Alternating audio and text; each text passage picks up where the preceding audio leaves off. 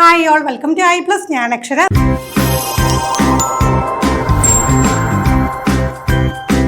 എക്സാമിനേഷൻ്റെ first part അതെങ്ങനെ പഠിക്കണം എന്നുള്ള വീഡിയോസാണ് നമ്മൾ സീരീസ് ആയിട്ട് ചെയ്തു തുടങ്ങിയതും. ആദ്യം തന്നെ നമുക്ക് എന്താണ് 15 മാർക്കിൻ്റെ സെക്ഷനെ കുറിച്ചാണ് പറഞ്ഞത്. പിയാഷയിൽ പറഞ്ഞ് നമ്മൾ നിർത്തി. ബാക്കി കാര്യങ്ങൾ നോക്കാം.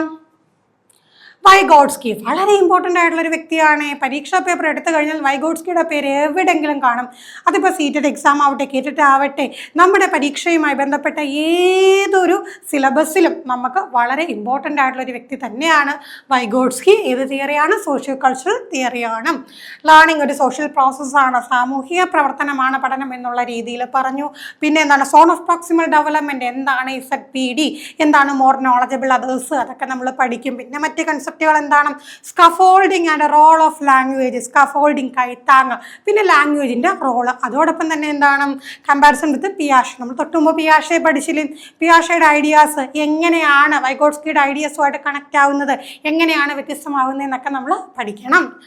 ദെൻ കോൾബർഗുമായി ബന്ധപ്പെട്ട ഡെവലപ്മെൻറ്റ് എന്താണ്? മോറൽ ഡെവലപ്മെൻ്റ് ആണല്ലേ, സാൻമാർഗിക വികാസമാണ്.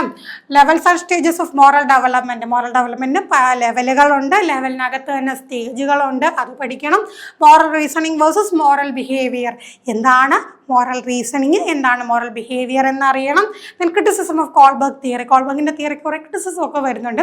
റീസെൻ്റ് ആയിട്ട് ഇതുപോലെ പല പ്രധാനപ്പെട്ട തിയറിസ്റ്റുകളുടെയും തിയറികളുടെ ക്രിറ്റിസിസവുമായി ബന്ധപ്പെട്ട ചോദ്യങ്ങൾ ചോദിക്കാറുണ്ട്. അപ്പോൾ അത് നോക്കി വെക്കാം. Then child centred and progressive education, എന്താണ് child centred and progressive education? എന്താണ്? കുട്ടിയാണ് എഡ്യൂക്കേഷനിലെ കേന്ദ്ര ബിന്ദു എന്നുള്ള ആ ഒരു പഠന രീതിയാണ്. ലേണർ സെൻട്രിക് ആണ്. ദെൻ എന്താ role of learner, teacher and activity. ലേണറുടെ പങ്ക് എന്താണ്? ടീച്ചറിൻ്റെ പങ്ക് എന്താണ്? ആക്ടിവിറ്റിയുടെ പങ്ക് എന്താണ്? ആക്ടിവിറ്റി ബേസ്ഡ് ലേണിങ്ങിൻ്റെ പ്രാധാന്യം. ദെൻ ലേണിംഗ് ബൈ ഡൂയിങ്, ചെയ്ത് പഠിക്കുക, ഹാൻഡ്സ് ഓൺ എക്സ്പീരിയൻസിനൊക്കെയുള്ള പ്രാധാന്യം. Then progressive ideas of John ഡെവിയുടെ ഐഡിയാസിലെ ലേണിംഗ് ബൈ ഡൂയിങ്, പിന്നെ പ്രൊജക്ട് മെത്തേഡ്, അതുമായിട്ട് കണക്ട് ചെയ്ത് കിൽപാട്രിക്, അങ്ങനെ കുറേ കാര്യങ്ങൾ അവിടെ വരുന്നുണ്ട്. ദെൻ ഇൻ്റലിജൻസ്, ക്രിട്ടിക്കൽ പെർസ്പെക്റ്റീവ്, വളരെ ഇമ്പോർട്ടൻ്റ് ടോപ്പിക്കാണ്, ഉറപ്പാണ്. ഇൻ്റലിജൻസിൽ നിന്ന് ഒരു ചോദ്യം ഉറപ്പാണ്. Traditional view versus modern views of intelligence, unifactor തിയറിയിൽ തുടങ്ങി നമ്മളിപ്പോൾ റീസെൻ്റ് ആയിട്ട് വന്ന theories, especially multiple intelligence theory, Howard Gardner, അതൊക്കെ വളരെ ഇമ്പോർട്ടൻ്റ് ആണ്.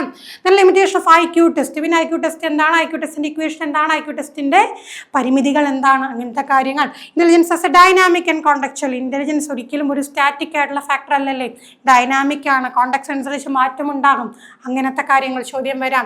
ആൻഡ് ഫൈനലി മൾട്ടിപ്പിൾ അല്ലെങ്കിൽ മൾട്ടി ഡൈമെൻഷണൽ ഇൻ്റലിജൻസ്, വീണ്ടും പറയുന്നു, ഒരു ചോദ്യം ഉറപ്പാണ് സ്റ്റേറ്റ്മെൻ്റ് ആയിട്ട് സാധാരണ ചോദിക്കുന്ന ഇൻ്റലിജൻസ് ക്വസ്റ്റ്യൻ എവിടെ നിന്നായിരിക്കും?